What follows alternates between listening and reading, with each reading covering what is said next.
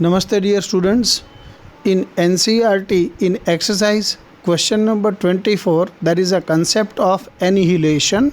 Here annihilation is a process in which if there is an electron and positron are colliding with large energy, here electron and positron both are antiparticles of each other, both are having same magnitude of charge, but in electron it will be negative whereas in positron it will be positive. When these two particles collides with each other, it produces gamma radiations, but here in this process it is producing 2 times gamma radiation. So each gamma radiation, total energy will be 10.2 billion electron volt in 2 gamma rays. That is the question. So in question it is mentioned that in an experiment on high energy collision of electrons with positron, here this is electron and this is positron, a certain event is interrupted as annihilation of an electron positron pair of total energy 10.2 billion electron volt. So here energy is 10.2 billion electron volt. That much energy is produced. What is the wavelength associated with each gamma ray? So we are asked to find energy due to each gamma rays. So here total energy of 2 gamma rays is 10.2 billion electron volt. So it is 10.2 into 10 raised to 9 electron volt, and that will be, so energy of each gamma radiation will be half of it. So we were given 10.2 divided by 2, so that will be 5.1. So 5.1 into 10 raised to 9 electron volt. So 5.1 into 10 raised to 9 into 1.6 into 10 raised to minus 19 joule. So here we have converted energy from electron volt to joule. So this much energy will be there of each gamma radiation. So now energy E is equal to h nu, and that is equals to hc by lambda. So hence wavelength associated with gamma radiations means lambda is equal to hc by E. So we are given value of h, we know speed of light, then energy of each gamma radiation, so we can get wavelength. Then in next question it is mentioned that find the number of photons which is emitted per second by megawatt transmission of 10 kilowatt power emitting radio waves of wavelength 300 meter. So first of all, power transmitter, that will be your 10 kilowatt, so 10 raised to 4 watt. So total energy emitted per second is equal to power into time, because power is equal to energy upon time. So energy will be power into time. So this will be 10 raised to 4 watt into 1 second. So 10 raised to 4 joule. Now energy of each photon, for each photon it is hc by lambda. So you will get total energy, but here number of photons, it means total energy emitted per second divided by energy of each photon. So you will get n. So we are given 10 raised to 4 into 500 divided by energy of each photon, which we have calculated. So you will get 2.51 into 10 raised to 31. This is total number of photon. Then in second question it was asked that find the number of photons entering pupil of eye of a per second corresponding to the minimum intensity. So here we are given 10 raised to 10 watt per meter square, that is the intensity. Take area of a pupil about 0.4 centimeter square, and the average frequency is given. So in that case intensity we are given, so area of a pupil that is given 0.4 centimeter square. So we have converted into meter square. So average frequency is this much. Now energy of each photon will be E is equal to h nu. So this much will be the energy. Then N is number of photons crossing per square meter area. So intensity is equal to energy per unit area per second. So total energy of n photons. So n into energy of a photon. So if you make subject to n, so that is equals to intensity upon energy of one photon. Intensity is already given and energy of each photon we just now found.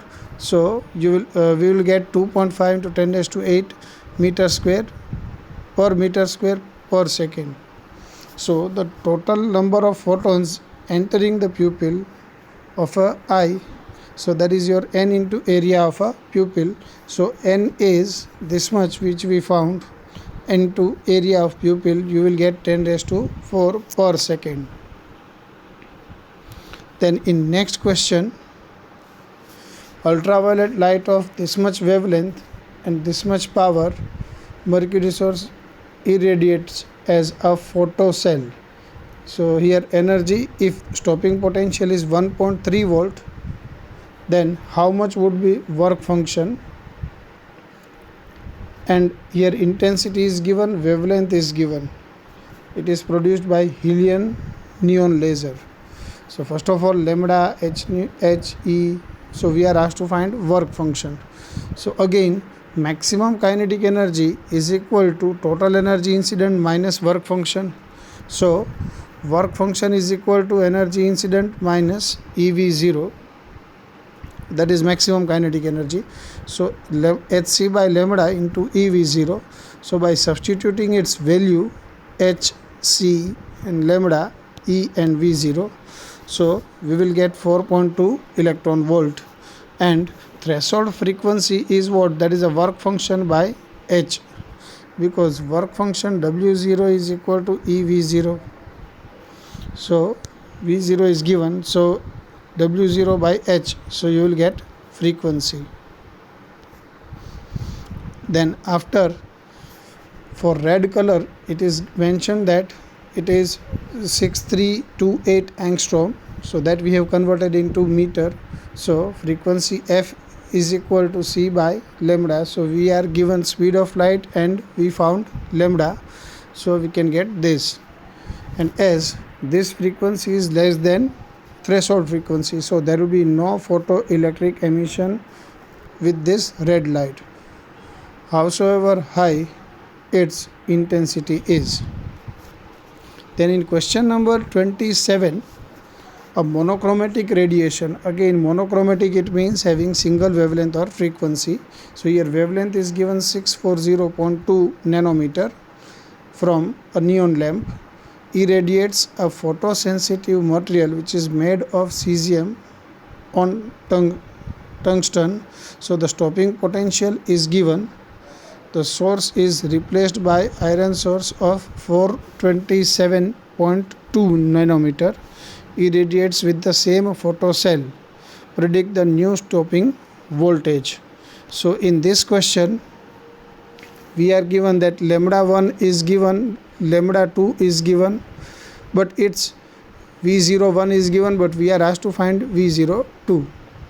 So first of all, from Einstein's photoelectric equation, so here EV0 is equal to hc by lambda minus work function. This is energy incident, this is work function, and this is maximum kinetic energy. So we will get two equation, equation 1 for neon lamp and equation 2 for iron source. So if you subtract 1 from 2, you will get this equation, and by substituting values of lambda 1 and lambda 2 and C1, C, H and E, you will get 0.97 volt. So V02 is equal to V01 plus 0.97, so you will get 1.51. Similarly, in question number 11.2, a mercury lamp is convenient source for studying frequency dependence of photoelectric emission, since it gives number of spectral lines ranging from UV to the red end visible spectrum. In our experiment with rubidium photocell, following lines for mercury source were used. So here lambda 1, lambda 2, lambda 3, lambda 4 and lambda 5 is given, and their stopping potentials are given. So determine the value of Planck's constant H and estimate the threshold frequency, that is F0, and work function W0. So in this question, if you write it in the form of a table, so this is lambda 1, lambda 2, lambda 3, lambda 4 and lambda 5, and these are their frequencies, and this is potential, stopping potentials. So if you draw graph of stopping potential versus frequency, so here frequency, here there is a stopping potential. So it starts from 5 into 10 raised to 14 hertz. So here it is 2, 4 and 6. So it is exactly between 4 and 6. So it will start from here.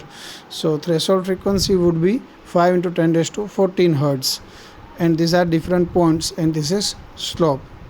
So from this we can say that slope will be delta V by delta nu. So if you find slope, so that will be your 4 into 10 raised to minus 15.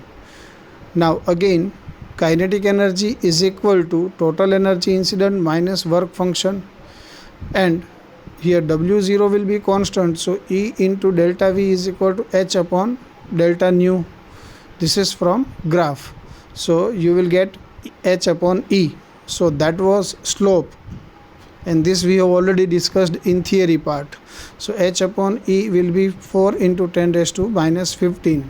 So if you multiply E by this, so you will get Planck's constant, and then after in a threshold frequency is given, work function is equal to H into nu 0. So if you substitute these all values, you will get work function. Then in question number 11.29, two metals are given. Here sodium, potassium, molybdenum and nickel. So which of these metal will not give emission of radiation of wavelength 3300 angstrom from HECD laser, which is placed 1 meter away from the photocell.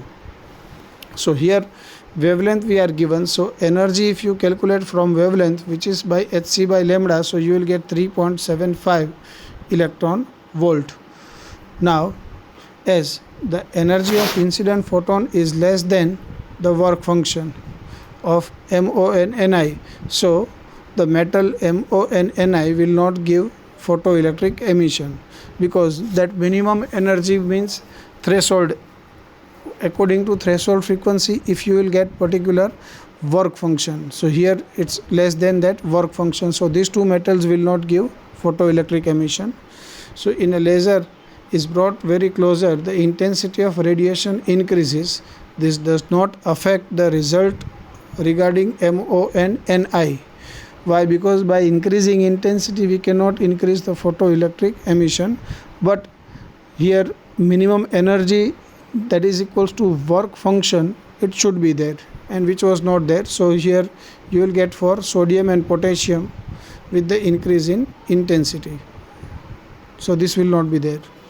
Now in 11.30, light of intensity 10 raised to minus 5 watt per meter square falls on a sodium photocell of area 2 centimeter square, assuming that top 5 layers of sodium absorbs incident energy. So estimate the time required for the photoelectric emission in the wave picture of radiation. The work function for the metal is given 2 electron volt. So in this question, suppose the sodium has 1 conduction electron available per atom, right? So effective area is 10 raised to minus 20 meter square. Now number of electrons in 5 layers, so 5 into area of 1 layer upon effective atomic area. So if you substitute all values, you will get 10 raised to 17. Now intensity is energy upon area into time, so it is power upon area. So incident power is equal to incident energy into area. So by substituting all, you will get 2 into 10 raised to minus 9 watt. Now in terms of wave picture, the incident power is uniformly absorbed by the electrons, which is continuously. So the energy absorbed per second or power per electron will be this much. So you will get 2 into 10 raised to minus 26 watt. Now time required. Now we are asked to find time. For time, energy per electron upon total energy absorbed per second. So this is total energy and this is per second. So you will get total time. So if you substitute that, you will get 1.6 into 10 raised to 7 second. So it is 0.5 year. Now dear students, tomorrow I will give you one stencil. So that stencil is related to MCQs. So around 30 MCQs will be there. So daily you will have to solve 30 MCQs of this chapter. And on next Saturday, not tomorrow, but on next Saturday, we will be having test of dual nature of light. And in that we will discuss all questions and examples of NCERT. Right? Thank you everyone.